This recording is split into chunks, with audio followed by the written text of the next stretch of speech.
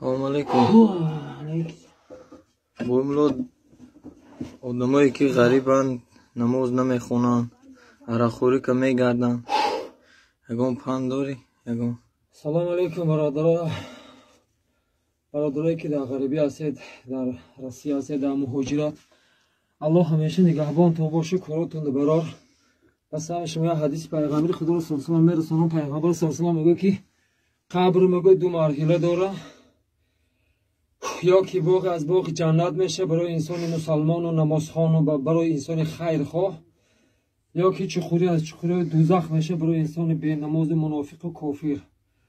الله نگهبانتون باشه. برادرایی که در غربی آسیا در تاجیکستان نماز میخونده، تا رفته در آسیا خونوکای گفته یا جا لباسمون به نماز گفته نماز نمیخونید.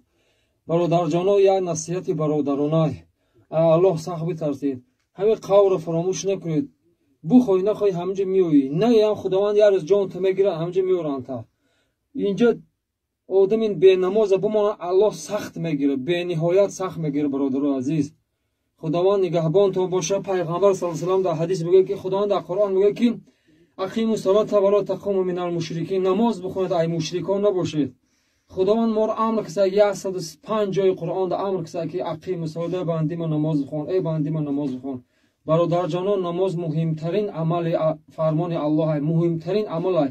هیچ حالت ایسر ساقی نمیشه تا ادا نکنید. خود کسلی، خود دسترویی، خود در رسی، خود در بالای برفا کار کنید، در کجای نباشه، در کشتی، در سمالوتی نماز ادا نکنید. اگر نخونی ایسر ساقی نمیشه. برادر جان خداوند در قرآن عظیم شرح در سوره مبارکه طه آیه 124 میگه و من اعرض عن ذکر فإن له معیشة ضنکا. برادر جان در تاجیکستان نماز میخوندی، رفته در اوجه نماز ته کردی. خدا با ما شما خطاب کسی که عبادت ما پوش میگردانه، کسی عبادت ما روی میگردانه، یعنی به زبان حاضر میگن کسی نمازهای ما فرمان دادگیر نمیخونه. رمضان مبارک میاد یه سال یه بار ادا نمیکنه، روزش نمیگیره، خیر صدقش نمیکنه، پدر و مادرش دوست نمیداره، برادرش که قهریه، خواهرش که قهریه، عرقخوری میکنه، زناکاری میکنه، عبادت الله نمیداره. همه عبادت ما پوش میگردن. فإن له معیشة ضنکا، من اینجا دیگه زندگی تنگ خلق کردگیم. ولی در دنیا زندگی کشاداران زندگی میکنیم. بفور مسکو میریم، بفور لنینگراد میریم، بفور امریکا میریم، بفور دوشنبه میریم. اینجا نگاه کنی قهر تنگ. الله میگه ما فرمان میتین زمین چنان میجختی که چلیکات بدون چلیکات میزگره. الله برادر سخت ترسیم. من بنده گناهگارم، فقط به خاطر الله ایروی دلسوزی من نصیحت میکنم. برادر جان نماز مهمترین عمل. در قرآن 114 سوره 6236 آیه در یگان جا الله نگفته که تو در روسیه باشی نماز نخونی، که در استرویکا باشی، در دور سمالیات باشی، در دور پاییز نمازات نخونی. در همه جا امری به نماز کرده. نماز مهمترین عمل. خدا در قرآن میگه که در سوره 55 در آیه 55 سوره طه میگه من تو را نمی خاک خلق کردگیم، با از زمان نمیشه نمی خاک دمیورم تمندازون تو با نمی خاک بیرون میکنم. تو الله در قرآن ازی خاکت آفریده خاکی و بیدار باش، خاک بودی خاک گردی در میان هوشیار باش. عمری 50 سالی امروز نمجه برادر از سوخوز فضلی چهار مدنی 51 سال مرده.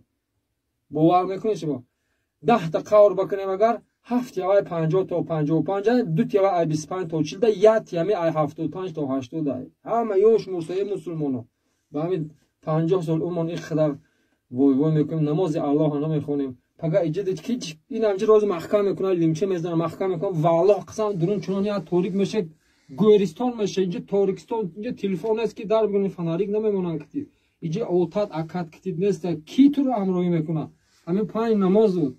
همین نماز خواندگی پیغمبر صلی الله علیه و آله قبر دا نور میشه، سر روشن روی دنیا روشن میشه. نماز برادر جان نماز بخون. نماز امر مهمه. نماز فرمان الله است. شیطان ملعون یک بار در آدم سجده کرد، عزازیل بود، عزیز الله بود، خدا مردود و مرجود کرد. انسان در روز 64 سجده الهی را، در روز 5 نماز، در ماه 150 نماز، در سال 1825 نماز، در 10 سال 18250 نماز، در 20 سال 36500 نماز.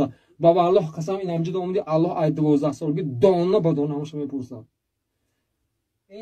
و گفتی علما برای نماز 36 سال جواب میگیره. در قبرستان 36 سال. الله هدایت کنه. من یک گناهگارم، همون خدا توبه قبول کنه. نمجا همین خداوند همین مرده را جوش جنت کنه، همین قبرش پر نور و منزلش آباد کنه. الله